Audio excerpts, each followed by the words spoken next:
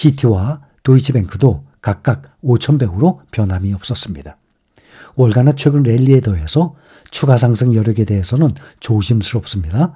지난 22일, 지난주 금요일 S&P 500 지수가 전장 대비 0.14% 하락한 5,234.18로 거래를 마쳤는데, 이는 15개 월가 기관의 연말 예상치 5,200을 오히려 소폭 웃도는 수치예요. S&P 500 지수는 올해 들어서 10% 이상 상승했습니다. 올해만 해도 최고점을 20번 이상 경신했어요. 사상 최고치를 20번 이상 갈아치웠습니다. 나스닥 100은 지금 15번째입니다. 다우지수는 16번째고 필라델피아 반도체 지수는 12번째나 경신 중입니다. 아직 3개월도 지나지 않았는데 말이죠. 이렇게 빅테크 중심으로 장기 성장 기대감이 높아지면서 일각에서 제기되고 있는 증시 거품론이 가라앉을지 관심이 쏠리고 있습니다. 미국의 뉴욕 증권거래소에 상장된 시가총액 상위 500개 기업, 이 주식을 한데 모아서 지수화한 것이 미국의 대표, 정말 세계적인 대표 지수죠. S&P 500 지수. 올해 15%가 더 올라서 연말에 6천까지 치솟을 수 있다는 전망이 처음으로 나왔습니다. 소시에테 제네랄이 얼마 전에 5,500까지 제시한 것이 최고였는데 이번에는 오늘 나왔습니다. 6천까지 치솟을 수 있다고 말이죠. 이미 연초부터 3개월간 지금 10% 이상 오른 가운데 연말까지 15% 더 뛰게 되면 올해 25%나 상승하는 셈입니다. 이번 주 지나서 이달 말이면 과연 S&P 500 지수가 3개월 만에, 그러면 1분기가 끝나죠? 3개월 만에 1년의 4분의 1입니다. 3개월 만에 몇 %까지 오르는지 우리가 다 같이 함께 볼 것입니다.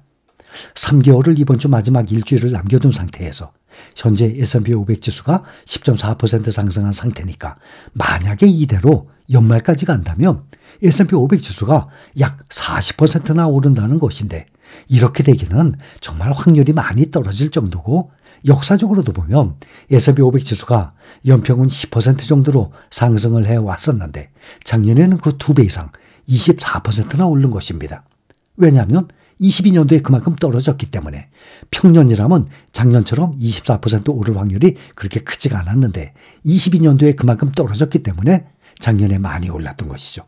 올해 들어서도 아직 3개월도 지나지 않았는데 이미 1년째 상승폭 10.4%나 올랐으니 이달 말에는 몇 %까지 오르는지 우리는 함께 볼 것입니다. 세계 최고의 투자은행 중에 하나 골드만삭스가 오늘 공개한 보고서에서 올해 연말 S&P 500 지수의 목표치가 5,200으로 유지한다면서도 다만 기술 초대형주가 이끌고 있는 이 장세가 계속 이어진다면 지수는 15% 정도 더 오를 수 있다고 봤습니다.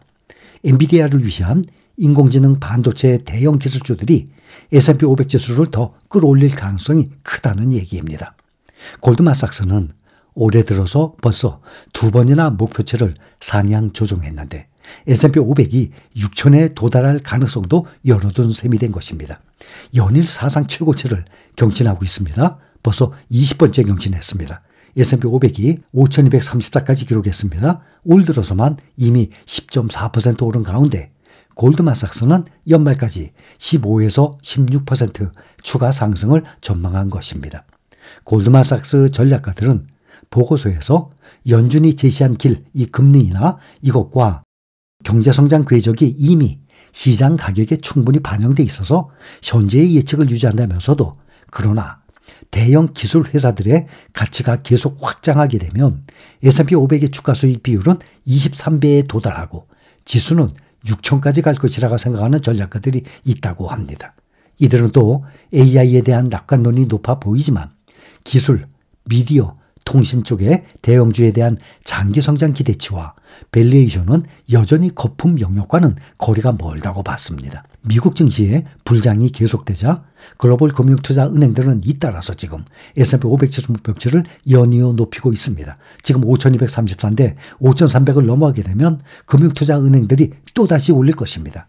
지난해 연말 가파르게 오른 이 인플레이션, 경기 침체 우려로 올해 목표치를 5천 이하로 보수적으로 잡았던 이 전략 분석가들은 당황하는 기색이 역력합니다. S&P 500 지수 5234, 5234로 이미 연말 이들이 제시한 목표치를 훨씬 웃돌고 있기 때문입니다. 월가 은행들이 제시한 이달의 S&P 500 지수 목표치 중간값은 5,200인데 지난해 말 제시했던 목표치 5,000에서 200이나 높은 겁니다. 평균값도 4,891에서 지금 5,097로 상향된 상태입니다. 현재 소시에테 제너럴이 5,500까지 제시해서 가장 높은 곳입니다. 지금까지 나온 공식 목표치 가운데는 최고치입니다. 월스트리트 대형 은행과 리서치 회사들이 제시한 전망 중에 가장 낙관적인 목표치라고 보면 됩니다. 이달 초 뱅크 오브 아메리카도 S&P 500 지수의 목표치를 연말 5,000에서 5,400으로, 바클레이즈도 4,800에서 5,300으로 각각 상향 조정한 상태입니다. 모두 경제의 회복력과 대형 기술주들의 실적 강세를 예상을 하고 있는 것입니다. 반면에 여전히 주식시장의 비관적인 전망 유지하는 은행들도 적지 않습니다. 모건 스탠리, 또 JP모건 같은 경우 말이죠. JP모건이 가장 낮아요. 연말 제시한 4,200을 그대로 제시하고 있습니다. 그러나 팩트셋 리서치의 존 버터스 수석 수익 분석가는 지수에 포함된 모든 기업에 대해서 중간 목표 가격 추정치를 짓기 위해서 계산한 상향식 S&P 500 목표치가 향후 12개월 동안에 약 7% 정도 상승한 5,589까지 상승할 것으로 나타났다라고 전한 상태입니다. 참고로 전 세계적으로 S&P 500 지수를 추종하는 이 자금의 규모가 무려 약 7조 1,000억 달러가 넘는다고 합니다. 그러니 우리 돈으로 약 9,300조 정도 되죠. 그러니 2021년 12월 31일 기준이에요. 지금부터 2년 3개월 전이니까 2년 3개월이 지난 현재는 아마 1년이 넘었을 것입니다. 2021년 S&P 500이 26.9% 상승했는데 S&P 500 원화 환산 지수는 무려 38.9%나 상승을 했습니다. 22년 약세장이었죠. S&P 500이 19.4% 마이너스였는데 S&P 500 원화 환산 지수는 원달러 상승, 이 달러 강세, 원화 약세죠. 이 영향으로 발생한 환차익으로 인해서 지수 하락폭을 일부 만회해서 마이너스 14.3%를 기록을 한 것입니다. 이렇게 달러 강세 영향으로 환차익을 추가로 얻을 수 있었기 때문입니다. 원화를 달러로 환전해서 미국 상장된 S&P 500 ETF를 직접 매수했던 SPY라든지 VOO 직접 매수했던 서학개미는 물론 국내 상장된 환노출 S&P 500 ETF 투자자 역시 S&P 500 지수 대비 높은 성과를 거둘 수 있었습니다. 이것은 S&P 500뿐만이 아니라 나스닥이나 필라델피아 반도체 등의 미국 주식에 투자를 하는 모든 종목들에 똑같이 해당되는 것입니다. 그래서 우리는 달러에 투자하는 효과까지 있는 것 아니겠습니까?